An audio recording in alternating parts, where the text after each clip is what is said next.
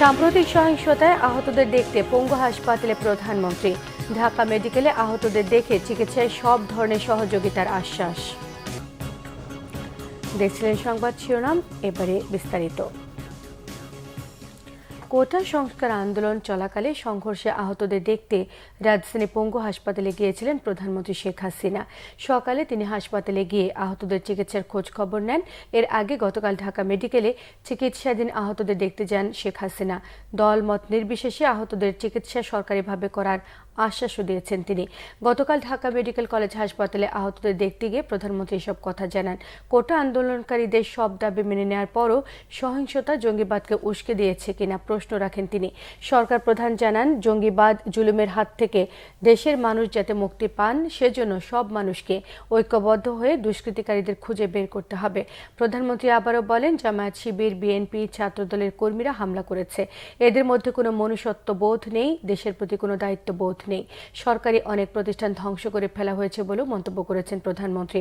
গতকাল বিটিভি ভবনে হামলায় ধ্বংসযজ্ঞ ঘুরে দেখেছেন প্রধানমন্ত্রী শেখ হাসিনা। স্বরাষ্ট্রমন্ত্রী আসাদুজ্জামান খান কামাল বলেছেন, জনজীবনে পুরোপুরি স্বস্তি ফিরে আসলে কারফিউ তুলে নেওয়া হবে। এদিকে আজ সকাল 8টা থেকে বিকেল 5টা পর্যন্ত কারফিউ শিথিল রাজধানীতে। শুক্রবার রাতে আইনশৃঙ্খলা রক্ষাকারী বাহিনীর সদস্যদের সঙ্গে বৈঠক করেন তিনি। ধানমন্ডির নিজ বাসভবনে প্রায় পৌনে 2 ঘণ্টার বৈঠক শেষে স্বরাষ্ট্রমন্ত্রী আরও জানান, স্বস্তি ফিরিয়ে আনতে আরও কয়েকদিন মাঠে থাকবে সব বাহিনী। কারফিউ আরও শিথিল হবে কিনা এ বিষয়ে সিদ্ধান্ত শনিবার জানানো হবে বলেও তিনি জানান। নাহিদ সহ বৈষম্য বিরোধী ছাত্র আন্দোলনের 3 সমন্বয়ককে আটকের বিষয়ে তিনি বলেছেন, নিরাপত্তার জন্য তাদেরকে ডিবি হেফাজতে নেওয়া হয়েছে।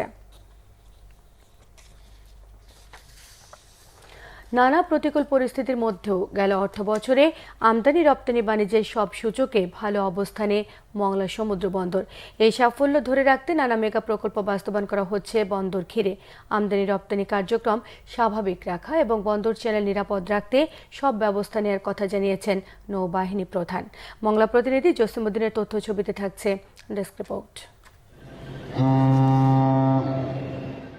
2023-24 অর্থ বছরে মোংলা বন্দরে ভিড়ে 846টি জাহাজ। এসব জাহাজে পণ্য বোঝায় ও খালাস করে গেল অর্থ বছরে বন্দরের রাজস্ব আয় হয় 319 কোটি টাকা, যা 2022-23 অর্থ বছরে ছিল 302 কোটি টাকা। কর্তৃপক্ষ বলছে, বৈশ্বিক অর্থনৈতিক মন্দা মোকাবেলা করে সবার চেষ্টায় সব সূচকে ঊর্ধ্বগতি অবস্থান ধরে রাখতে পেরেছেন তারা। কার্গো হ্যান্ডলিং এর পরিমাণ 9.72% বৃদ্ধি পেয়েছে কন্টেইনার হ্যান্ডলিং 16.78%। আমাদের যে রিকন্ডিশন গাড়ি মোংলা বন্দরের মাধ্যমে আমদানি হয় তার পরিমাণ 15,340 ইউনিট বা অবলিকটি, এবং সবকিছুর সুযোগ পজিটিভ থাকার কারণে আমাদের যে নেট মুনাফা এটি বৃদ্ধি পেয়েছে 28.55%। আগামী দিনে মোংলা বন্দরের সক্ষমতা বৃদ্ধিতে বাস্তবায়ন হচ্ছে নানা প্রকল্প। সেই সাথে পাইপলাইনে আছে আরও অনেক প্রকল্প।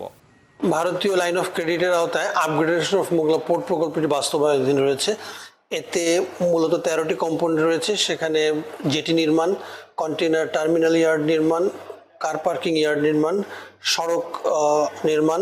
এটি বাস্তবায়িত হলে মোংলা পোর্টের ভৌত অবকাঠামো মধ্যে ব্যাপক পরিবর্তন আসবে। এটি একটি স্বয়ংসম্পূর্ণ বন্দরে পরিণত হবে এবং যেটি নির্মাণের ফলে জাহাজের আগমনের পরিমাণও বৃদ্ধি পাবে এবং সরকারের রাজস্ব আয়ও বৃদ্ধি পাবে। কোটা সংস্কার আন্দোলনে বেশ ক্ষতির মুখে পড়ে এই সমুদ্র বন্দর। আগামীতে বন্দরের নিরাপত্তা আরও জোরদারে মাঠে থাকবে নৌবাহিনী।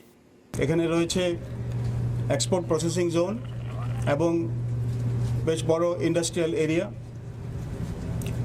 এবং পাওয়ার গ্রিড।